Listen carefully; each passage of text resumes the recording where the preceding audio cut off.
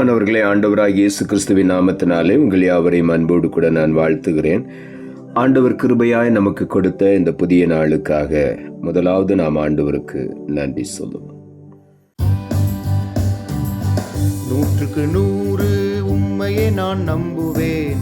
அற்புதம் செய்திடுங்க, அதிசயம் நடத்திடுங்க. 100க்கு 100 உம்மையே நான் நம்புவேன். அற்புதம் செய்திடுங்க, அதிசயம் நடத்திடுங்க. மனிதர்கள் முன்பாக தலை குனிந்து போகாமல் உதவி செய்திடுங்க, உயர்த்தி வச்சிடுங்க.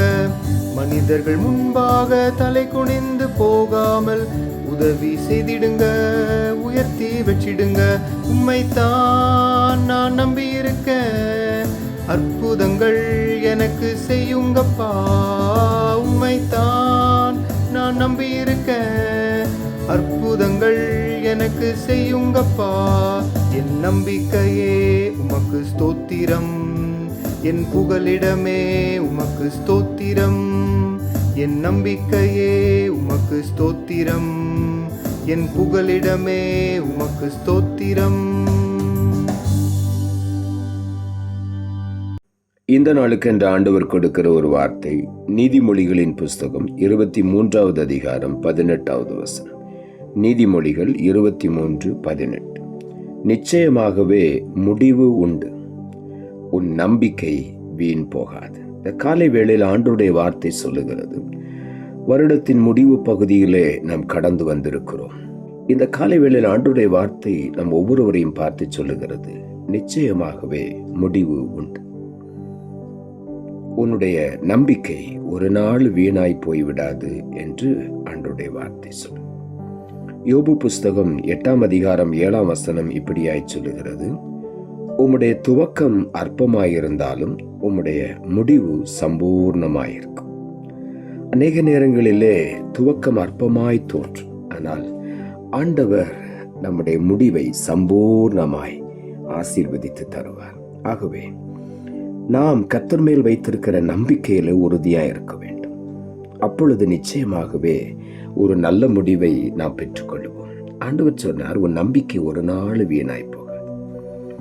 எபிரேயர் புஸ்தகம் 3ஆம் அதிகாரம் 14ஆம் வசனம் சொல்லுகிறது, நாம் ஆரம்பத்தில் கொண்ட நம்பிக்கையை முடிவு பரியந்தம் உறுதியாய் பற்றி கொண்டிருப்போமாகில் கிறிஸ்துவனிடத்தில் பங்குள்ளவர்களாயிருப்போம் என்று இங்கே ஆண்டவருடைய வார்த்தை சொல்லுது.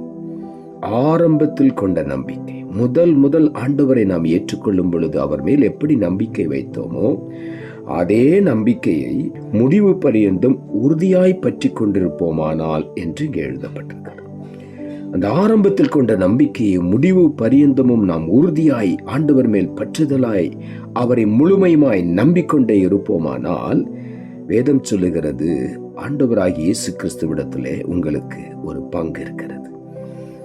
ஆகவே இந்த காலை வேளையிலே நான் உற்சாகமாய் காணப்படுவோம். ஆண்டவரோடு நாம் பங்குள்ளவர்களாய் இருக்கும் பொழுது அவர் நம்முடைய வாழ்க்கையில முடியாது என்கிற காரியங்களை எல்லாம் இன்றைக்கு முடிய வைக்கிற தேவனாய் இருக்கிறார். எல்லாவற்றையும் நம்முடைய வாழ்க்கையில நிறைவேற்றுகிற தேவன். நாம் அவரோடு பங்குள்ளவர்களாய் இருக்கும். அதற்கு நாம் செய்ய வேண்டிய ஒரே ஒரு காரியம், ஆரம்பத்திலே கர்த்தர் மேல் வைத்த நம்பிக்கையை முடிவு பரியந்தம் உறுதியாய் பற்றி கொண்டிருப்போமானால் நிச்சயமாகவே கிறிஸ்துவோடு நமக்கு பங்கு இருக்கிறது. எல்லா ஆசீர்வாதங்களுக்கும் நாம் சுதந்திரவாளியாக கர்த்தர் நம்மை மாற்றுகிறார். யோபு புஸ்தகம் 13ஆம் அதிகாரம் 15ஆம் வசனம் சொல்லுகிறது, அவர் என்னை கொன்று போட்டாலும் அவர் மேல் நம்பிக்கையா இருப்பேன், ஆனாலும் என் வழிகளை அவருக்கு முன்பாக ரூபகாரம் பண்ணுவேன் என்று யோபு பக்தன் எழுதுகிறார். அவர் என்னை கொன்று போட்டால் அவர் மேல் நம்பிக்கையா இருப்பேன். ஒரு உறுதியான ஒரு நம்பிக்கை யோபுடைய வாழ்க்கையில் இருந்தது. அசைக்க முடியாத ஒரு நம்பிக்கை அவருடைய வாழ்க்கையில் இருந்தது. ஆகவே தான் யோபு நம்பிக்கையோடு சொன்னார், அவர் என்னை கொன்று போட்டால் அவர் மேல் நம்பிக்கையா இருப்பேன், அவர் நிச்சயமாகவே என்னை மறுபடியும் உயிர்ப்பிப்பார் என்கிற ஒரு நம்பிக்கை யோபுடைய உள்ளத்தில் இருந்தது. ஆகவே தான் இந்த வார்த்தையை சொல்லுகிறார், கொன்று போட்டால் கூட அவரை விட்டு நான் விலக மாட்டேன், அவர் மேல்தான் நம்பிக்கையா இருப்பேன். இந்த காலை வேளையில நம்முடைய நம்பிக்கை ஆண்டவர் மேல் எப்படி இருக்கிறது? பாதி ஆண்டவர் மேல் நம்புகிறோம், பாதி மனிதரை நம்பிக்கொண்டிருக்கிறோம். இந்த காலை வேளையில முழுமையுமாய் கர்த்தரை நம்பும் பொழுது நிச்சயமாகவே ஆண்டவர் நம்மை ஆசீர்வதிப்பார். நம்முடைய எல்லா தேவைகளை ஆண்டவர் சந்திப்பார். அற்புதமாய் நம்மை வழி நடத்துவார். ஆகவே இந்த யோபுடத்தில் இந்த நம்பிக்கை நம்மிடத்தில் இருக்கும் பொழுது அவன் இழந்த எல்லாவற்றையும் 2 மடங்காக திரும்ப பெற்றுக்கொண்டான். ஆகவே இந்த காலை வேளையிலே ஆண்டவரிடத்திலே நாம் முழுமையுமாய் நம்பிக்கையா இருப்போம்.